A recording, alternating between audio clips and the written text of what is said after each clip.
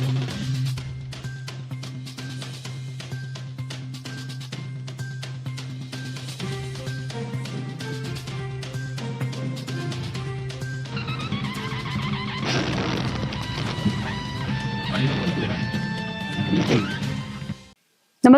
आपण पाहता हिरकणी न्यूज.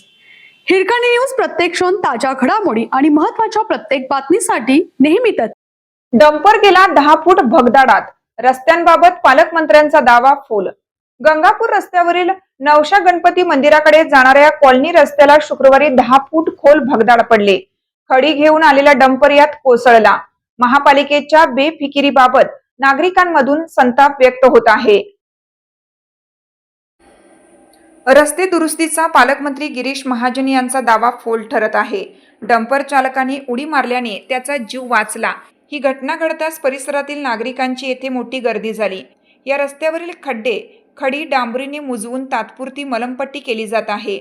मजबूतीकरणाचे काम वेळीच हाती घेतले असते तर ही घटना घडली नसती, असा संतप्त सवाल नागरिक व्यक्त करत आहेत.